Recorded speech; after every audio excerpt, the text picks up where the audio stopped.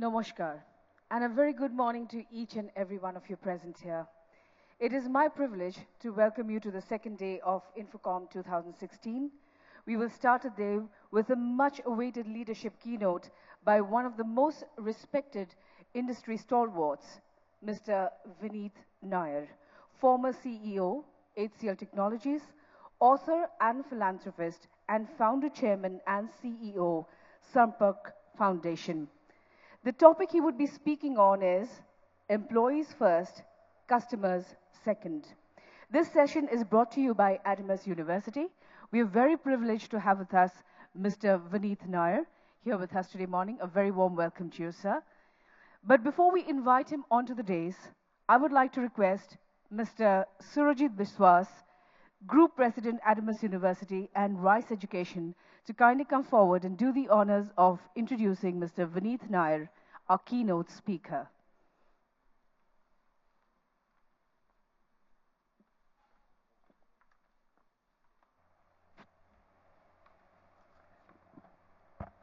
Good morning, ladies and gentlemen. And as she rightly said, I'm privileged to introduce Mr. Vineet Nayar.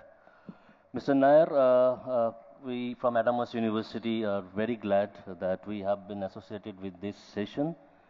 As she has already said, Mr. Vineet Nayar has been a founder, chairman, and CEO of Sampak Foundation. He is a former chief executive officer of HCL Technologies Limited, a $5.5 billion global information technology service company based in India. He joined in the company in 1985 when it had just $4 million revenue, held several management positions in the ensuing years, and becoming president in 2005, CEO in 2007, and vice chairman in 2010. Starting in 2005, the year he became president, he led his team through a period of remarkable transformation drive by an unconventional management approach known as employee first, customer second. That saw the company's revenue increase more than sixfold from $764 million to $4.7 billion. The employee base and net income more than triple and the market cap double. As entrepreneur, 1993, he founded Comet, which led the way in the incubation of new business, remote infrastructure management, now a multi-billion dollar industry. Comet, now at $1 billion in revenue and growing, has been ranked the #1 infrastructure outsourcing vendor by the Black Book of Outsourcing. It was at Comet that he developed and implemented many of the groundbreaking policies and practices that form the core of the EFSC management philosophy. A passionate and disruptive thinker, he has introduced to the world a unique brand of energetic and inspirational leadership. Convinced that leadership lies at the bottom of the corporate hierarchy, his employees first, customers second philosophy has won many awards and received recognition from many eminent institutions across the world. He continues to share his knowledge and build his thought leadership through numerous articles, speaking engagements, and intellectual partnerships. He remains a restless and relentless innovator in both his professional and social capacities. We believe that even the most successful management approaches must constantly be evaluated, refined, adapted, and rethought, and when necessary, scrapped altogether. He has got many recognition like selected in Fortune magazine's Executive Dream Team list 2011, conferred with Leader in the Digital Age Award at CB 2011, adjudged as the CEO of the Year in Bloomberg UTVI CX Award 2011, conferred the I Am Lucknow Vijayapur Singhania Award for Leadership 2012, selected in the Thinkers 50 list 2011-12, conferred with Manpower Hack Prize. So a power pack person, and we are very, very glad to have him here. So please put your hand together to invite Mr. Nayar. Mr. Nayar, if you can please kindly on the stage. Thank you very much.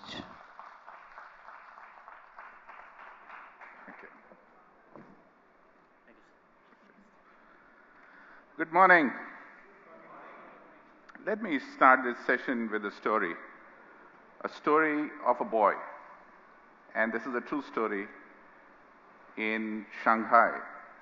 This boy was an 8-year-old boy. And his vision for himself was that he wanted to learn judo. And he went from one coach to another coach and saying, will you teach me judo? And every single coach told him that actually, because you have one arm, and this boy unfortunately had only one arm, he didn't have a right arm. Because you have one arm, you cannot be taught judo and you cannot play judo. The boy was convinced that his ultimate calling in life was judo. And therefore he did not give up, and he went after one coach, after another coach, after another coach, trying to search for somebody who would believe in the vision he had for himself.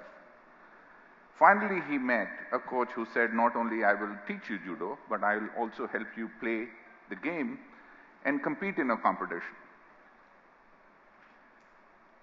So this boy started working with this coach a couple of days, a couple of months, and then this boy entered a competition, and everybody was surprised in terms of how does a person with just one arm compete in a competition with two-arm boys.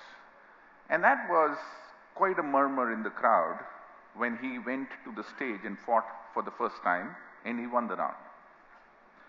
Second round, third round, semi-finals, finals, and after some time he was holding the trophy in his left hand. And everybody was surprised in terms of what happened. How did the boy with one arm win the judo competition when every single respected coach in that town in Shanghai had said, we can't even teach you? So they went up to the coach and asked what happened, and he said something very interesting, which is the life lesson I'd like to start the conversation today. He said that all of you were looking at what he had, one arm. I was looking at what I can do with it. In judo, there is an aggressive move. There is an attacking move. The counter to that move is only to catch hold of the right arm of your opponent and spin him around.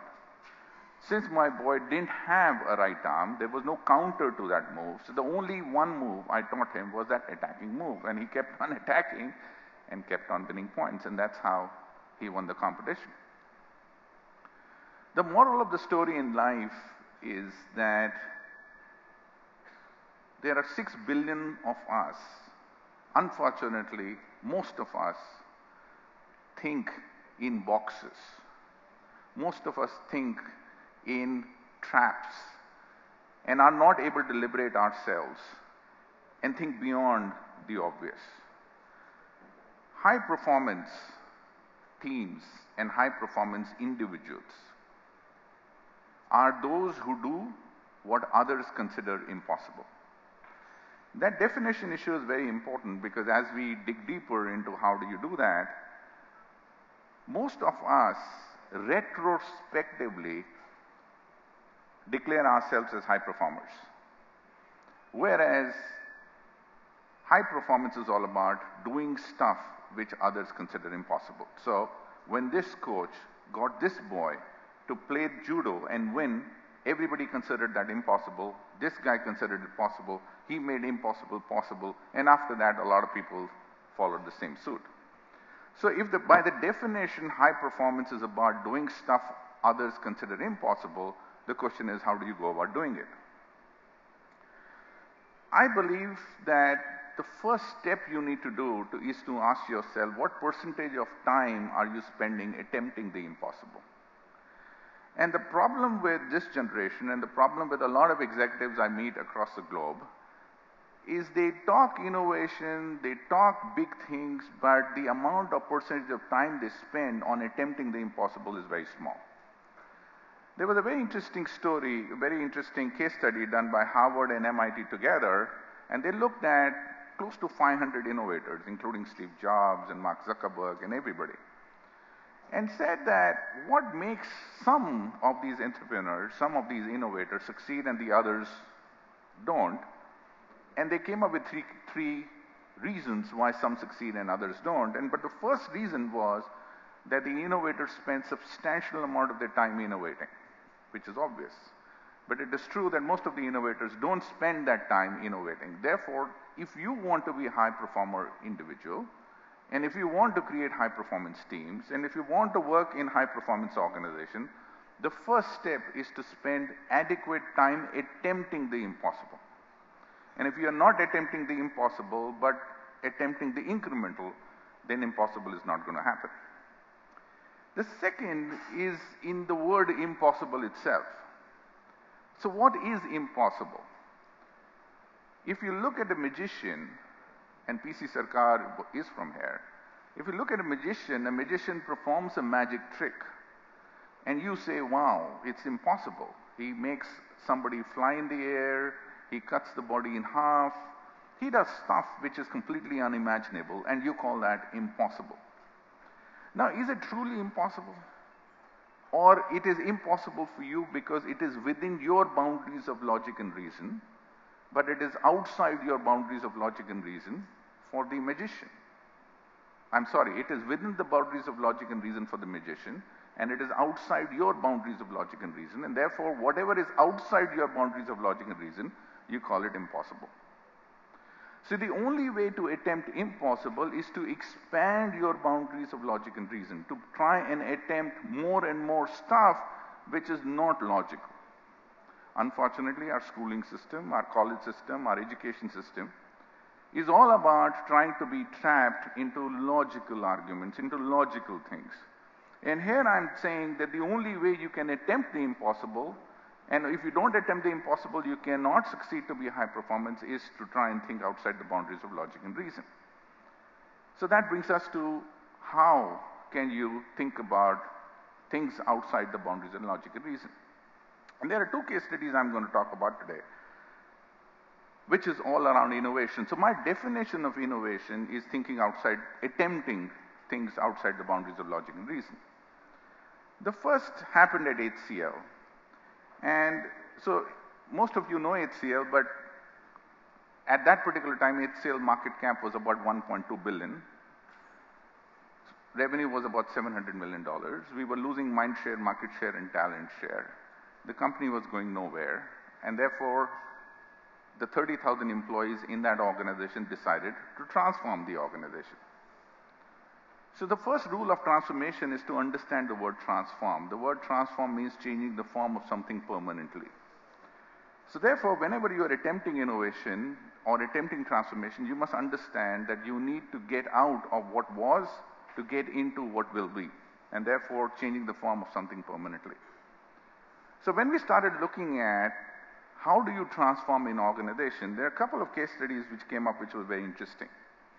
The first case study which came out was a McKinsey case study, which is a very interesting case study done over 6 decades of US listed companies. And the statistics says that if you lose market share once, there is only a 6% probability that you will gain the market share back again. So that means once you lose market share, and which HCL had lost, there is a 94% probability that you will never be able to recover the market share. Interesting. And it also said there is only 1% chance that you will be able to increase your market share. So 6% chance that you will be able to recover, 1% chance that you will be able to. So therefore, the probability of failure at HCL for us to be able to rediscover our greatness was only 1%. And therefore, there was a 99% probability of failure. The reason that study is very important is because once you decide you wish to transform, you must understand your probability of failure. And only if you understand your probability of failure, you're going to try and attempt the impossible. So many of us keep on talking about what is right for the country, what is wrong with the country, but very few of us step out and try and do something about it. And the reason is because we are not unhappy enough, and we're going to talk about that. So once we understood the study, then the question is, how do you innovate? How do you transform an organization? I am a big fan of reading case studies. I read a lot. And I came across this study of the Japanese car makers beating the American car makers. And when I started looking at that concept closely, something very odd stood up in my mind. What stood up is that Japanese, when they decided to compete with the Americans, did not manufacture new cars with 5 wheels or 10 wheels, or they manufactured the same cars as the Americans were doing. However, they manufactured it differently. That's the reason you see Kaizen methodology, you see just-in-time, all those new management cultural concepts came from Japan, and that became their competitive advantage. So it's not the car they produce, it's not the product pricing proposition, which typically you see in an MBA school, it is actually the culture, the how axis, not what you sell to your customers, but how you manufacture was the big differentiation in which they created the competitive advantages against the Americans. It's a different thing that the Japanese stopped innovating hereafter, and therefore they lost their market share. But when I looked at that example, a couple of questions stood up in my mind in terms of the fact that is there a competitive advantage? Is there an innovation outside the range of product pricing and propositions? Is there an opportunity to create a differentiation in the culture axis, in the how axis, not what you do, but how you do it? And remember, Steve Jobs during that time was also thinking that the faster, cheaper, better Intel approach to technology was not the best approach because consumers don't want faster, cheaper, better. Consumers actually want new experiences. And therefore, Steve Jobs' success was because he created a completely new axis called experience. So if you look at innovators across the world, the reason innovators across the world have been mega successes is because they have decided to compete on a completely different axis compared to the competition. And therefore, you see Facebook, you see Google, and you see all these companies competing on a completely different axis. There are companies which have succeeded with innovative products, but that is very few. Creating a new axis is the real reason. So going back to HCL in 2005, we asked ourselves the fundamental question, what is the business of HCL? And the answer to that question is the business of HCL is to create differentiated value, because IT services is commodity, differentiated value for our customers compared to our competition. Question number 2, where does this differentiated value get created? And the answer is this differentiated value gets created in the interface of our employees and our customers. Let's call that the value zone. So therefore, the business of HCL is to create differentiated value for its customers in the value zone where our employees and customers meet. Third question, who creates this differentiation which will allow us to grow faster?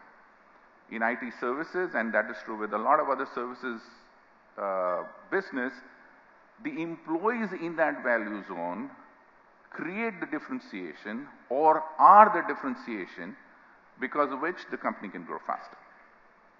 Now that you have concluded that the employees are the differentiation, are creating the differentiation which helps you grow faster, comes the fourth and the most relevant question. What should the role of managers and management be if that's what the role of employees is? And our conclusion was that the role of managers and management can be nothing but enthusing, encouraging, enabling those employees to create the competitive differentiator and nothing else.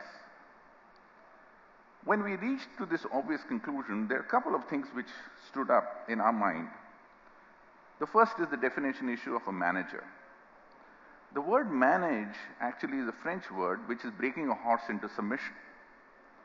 When Industrial Revolution came in, we were in the business of getting more from less resources. And therefore, we needed to manage. We need to break processes in place. We need to align people in place. So everybody needed to be put in a process. And therefore, manager was a big thing. However, when Industrial Revolution gave up to Technology Revolution or Digital Revolution or whatever you call it, the word manage lost its significance. The ability to manage resources was no more relevant. The ability to create value was more relevant, and therefore the managers were dying and the leaders were getting born. The managers were in the business of managing and counting value, while the leaders are in the business of helping employees create value. So the definitional issues for leaders were just about emerging at that time. So therefore, in HCL, our philosophy was that if the management has to be in the business of enthusing, encouraging, enabling its employees, that's what leadership is all about. Therefore, the management has to be accountable to the employees.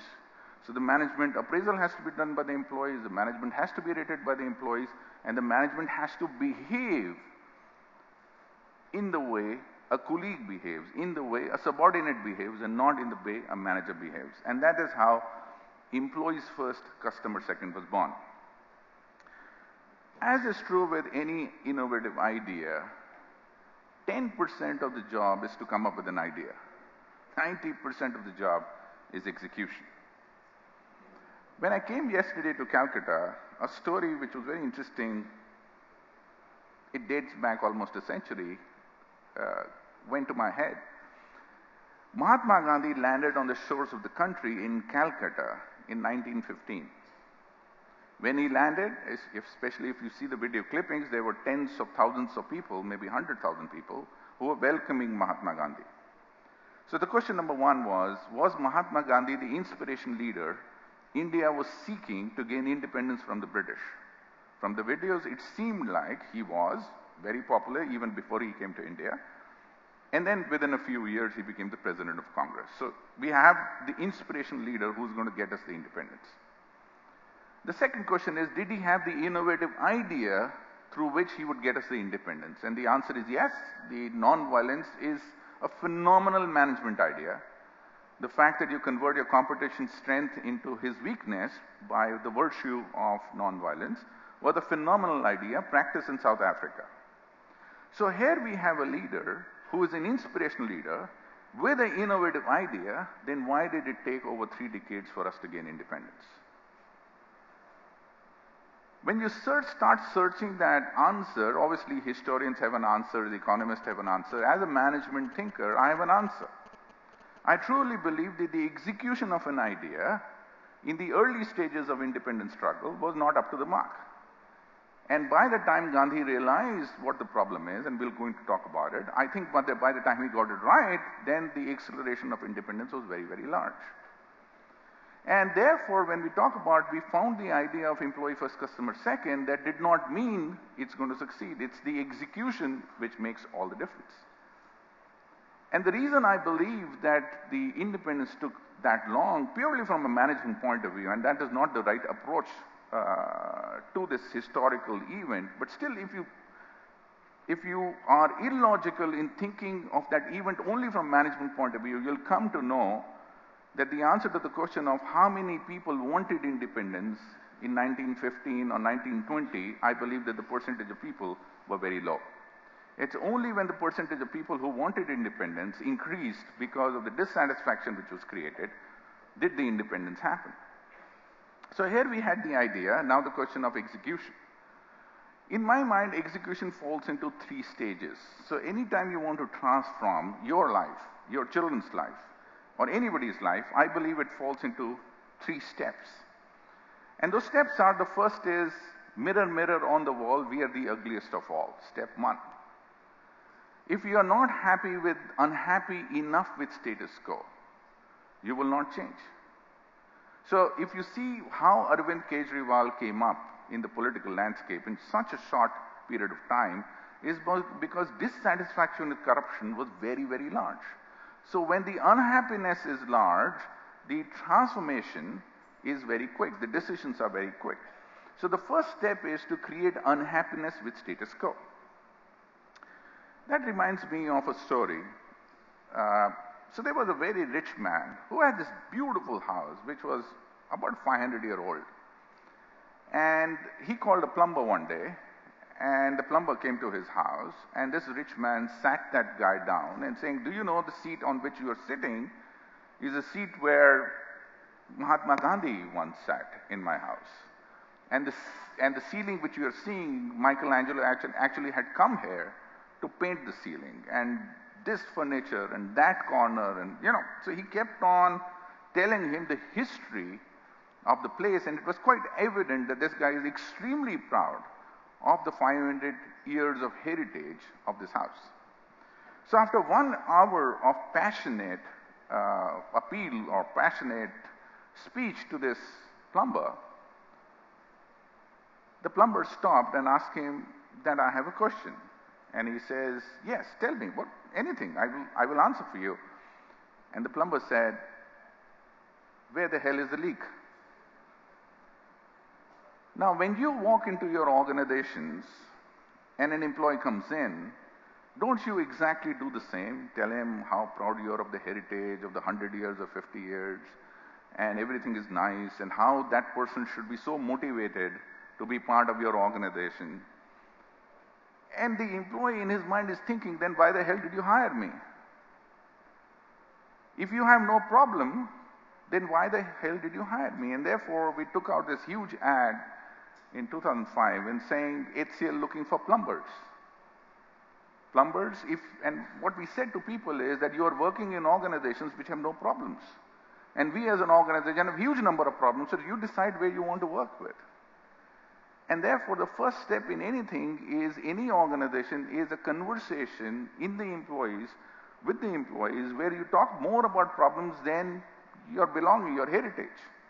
So, mirror, mirror on the wall, we are the ugliest of all. Create dissatisfaction, status quo. The second trick to transformation is create a vision of tomorrow which is so compelling that people will jump out of their bed and go work for you. And there is where I really struggle with my CEO brothers to convince them on this idea. You know, I had an opportunity of visiting a religious guru because that religious guru was doing some phenomenal social work, and lots of people are working on that social work. So he invited me to spend 2 days with him to try and figure out how we will implement on the execution side, how will we manage these resources. There were 25,000 people working on that project. How will we manage these 25,000 people so that we can bring about the social change he had in mind? So I went to this religious guru. I'm religious but don't believe in gurus. So I went there, and he says, why don't you come to me on the site? So I said, fine. So I sat in the car. As soon as the car started driving, everybody was saying, Mr. whatever it is. I'm not going to take his name because you're going to guess very quickly and I'll be in a soup. So he says, Mr. Everybody was bowing to him and he was doing this. And I found it quite interesting after some time. I also started doing this. Right? Because he was doing it, I also started doing it. And then something very interesting happened. Suddenly there is a woman who rushed in front of the car and stopped the car. And this gentleman, this guru, rolled down the car window and she came in and saying, Guruji, you promised that my husband will stop beating me, and he has not stopped beating me. Now, as management thinkers and CEOs, these are the opportunities you really look forward, right? When your colleague is in real soup. And then, a smirk comes, a smile comes to your face and saying, ab to mara. Now, so therefore, as soon as this lady asked him the question, there were hundreds and hundreds of people who, gathered around because they wanted to see what Guruji will say. Guruji is not his word, not the name he is referred to, by the way. So Guruji said something very interesting. He asked this lady, did you try 100% or did you try 99%? Tell me honestly. And this lady says, maybe 99%. And everybody in the crowd said, Guruji, Guruji, Guruji, Guruji. And the car moved on. I said, what bullshit is this? Everybody is willing to believe this Guruji saying 99% and 100%, and I go back to the organization and genuinely say something like that, and people call me a fool. And that is the time a question came to my mind in terms of why do people go to mosques, mandirs, and to gurus on Sundays, pay their own money, feel good about it, and then they come to our offices on Monday, get paid and feel bad about it? Is because there is no compelling vision for them. That guru was offering her a solution, right solution or wrong solution. That conversation was about the lady. It was not about guru. But when that lady comes to the organization, it is all about the organization. It is not about the lady anymore. We are talking about we want to be 100 crores, we want to be number one, we want to be 5,000 crores, we want to be richest, we want to be, whatever it is about me, it is not about you. So how can you create a vision for tomorrow if that vision is about you and not about the employee? Freedom, liberation from British, was about people. How would you feel when you are free? And therefore, if you take the later part of independence movement, it was all about making you feel what will it feel to be independent, and that's the vision of tomorrow, freedom. And therefore, the second step, which we defined at HCL, was a vision of tomorrow which is so compelling for the employee to jump out from the bed and go work for that vision. And that vision was simple. The vision was that when you shake hands with somebody and that person asks you, where do you work? What do you say? Do you say, I work for... That means you don't want to tell. Or you say, I work for an IT services company, or you say HCL. And fortunately, 99% of the people raised hands and saying, no, we don't say HCL because we're not proud of saying HCL. And my vision, and which I promised to them, is that by 2010, when you shake hands and somebody asks you, do you work for HCL? 99% of you will say, yes, HCL, and the response will be, wow. They started searching for that vision in every handshake they had. Initially, they did not feel it, and therefore they said, this CEO has gone bananas. But slowly, as we started succeeding, they started seeing that pride in that handshake. It was about the handshake, the vision was about the handshake, and therefore they started working hard to get that pride in the handshake. And in the end, it was all about handshake. It was about 1 lakh employees trying to search a meaning in that handshake, trying to search for a partnership in the handshake, a pride in that handshake, and that's the vision for tomorrow. So a dissatisfaction with today, a vision for tomorrow which is compelling for the employee, and then the third is series of experiments to go from here to there. That brings me to my second experiment, which is a lot more interesting. One of the things about employee first, customer second, so as I was telling you, the market cap of HCL, the lowest market cap was about $1.2 billion at that time. Now it is about $20 billion. So these 100,000 employees actually managed to transform the organization by increasing its market cap from about $1 billion to about $20 billion. But the criticism of employee first, customer second, and the whole experiment at HCL was the fact that you still had a sway on what was happening because you were a CEO. And that's how Sampark Foundation came in. At Sampark Foundation, we decided to try and take a social problem and apply the same logic of employee first, customer second and solve it in a big way. There were lots of very good work happening in the social sector, but all was subscale. We thought that can we bring about a mega scale change? We have 70 million children in government schools today. Those children, the learning outcome in grade 5, most of them cannot add or subtract. As per, if you take different research reports, because there's very little data on this, but most of the data says that 80% of grade 5 children cannot count beyond 99. Now, if 80% of children cannot count beyond 99, you need to bring about a substantial change in the education system in this country. So the way we experiment with that is that what are the constraints in which we are dealing with? The teachers can't teach, they can't speak English, and therefore the learning outcomes are poor. But you can't change that. The infrastructure are poor, you can't change that. So there are so many constraints you can't change. So we said, okay, what can we change? And we asked the same question, what is the business we are in? We are in the business of improving learning outcomes. Where does learning outcome get created? It gets created in the interface of the teacher and the child. Who is creating the learning outcome improvement? The teacher. And therefore, what business should we be in to make sure we enthuse, encourage teacher, enthuse, enable, encourage the teacher to create the learning outcome she or he was supposed to create? But how do you do that when the teacher herself is not educated? She is 6th plus or 7th plus or 8th plus. Most of these rural teachers are not that well educated. And that is how we came up with this audio device, voice box, whose battery will last for 1 month. And we recorded all the maths and English lessons exactly the way in the tone of Vidya Balan, Munna Bhai, MBPS, with song, dances, Bollywood style. And if you've gone to a village, they will put a bamboo, they will see a movie and they will forget. It's an immersive experience. They'll forget about poverty, they'll forget about everything else. So we created an immersive experience in a classroom transaction. We did this in 50,000 schools for 3 million children. The result, and we gave it to a third party to make an assessment of how the learning outcome has improved.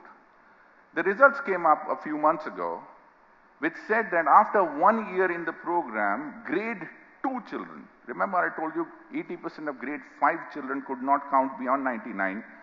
Grade 2 children can do division and multiplication. And that is the impact it really created.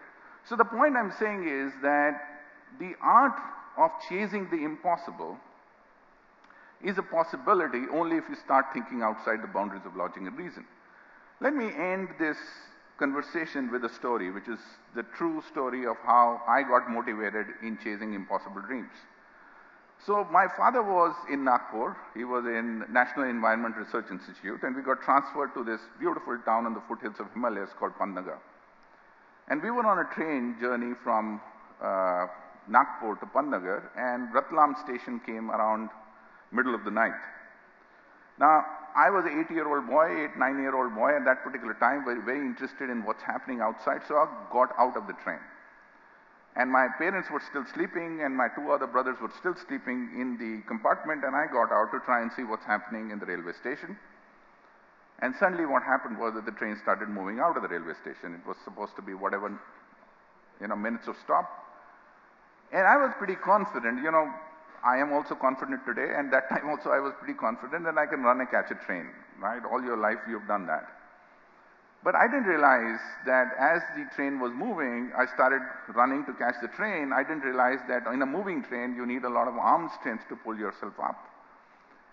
And the physics doesn't allow you to use the arm strength while you're running, and therefore I fell. When I fell, doubt crept in and saying, will I not? But I said, forget it, let's run again. I ran again. The train was speeding a little more, tried to get up, fell again. This time fear crept in. So it's not about doubt, it is about fear. What if I'm not able to make it? I said, forget it, let's get into action all over again. And I started running behind the train again. This time, the train is running much, much faster.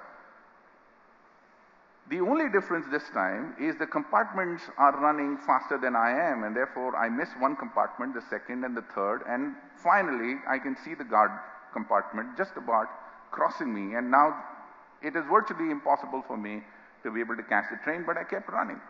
I don't know why I kept running, but I kept running behind the train with an assumption that the train will stop or something will happen. I kept running. And then from middle of nowhere, this vegetable vendor, the lady who was selling kakadis, saw all this unfold. She ran, she caught me hold by my knickers and threw me in the guard compartment.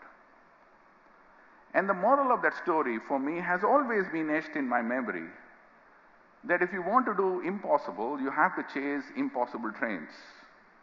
Despite the fear and doubt you may have that you do not belong to the train or you unfortunately got off the train.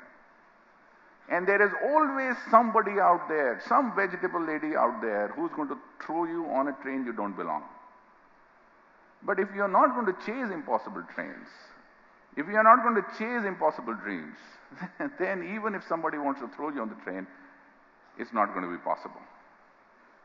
Therefore, whether it is the employee first transformation, whether it is the Sampark Foundation transformation with 100,000 teachers, the crux of the matter is high performance is about attempting the impossible, chasing impossible dreams. You have it in you. It's just that you're too lazy to attempt it. So if there is one message I wish you to carry from here is wake up. There is so much to be done in this life. So much you can teach your children. So much you can teach the society around you. But that needs you to wake up and chase impossible dream, which I hope you will do. Thank you so much. Thank you very much, Mr. Vineet Nayar. Thank you very much, sir, for that very inspiring keynote. We request you to kindly remain on the stage, please, sir. And I would like to request Mr. K.K. Mahapatra, Organizing Secretary, INFOCOM, and Associate Vice President, IT Infrastructure Business, ABP Private Limited, to kindly come forward and felicitate and present a memento to Mr. Vineet Nayar. Thank you so much, sir. It has been an absolute honor to listen to you. It's been such an inspiring... It has been an absolutely inspiring keynote presentation. Thank you very much, sir.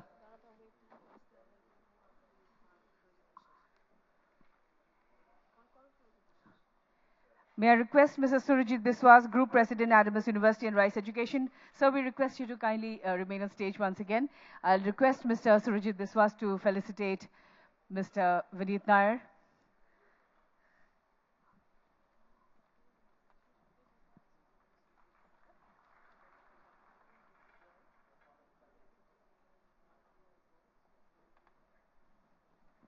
Thank you very much, sir.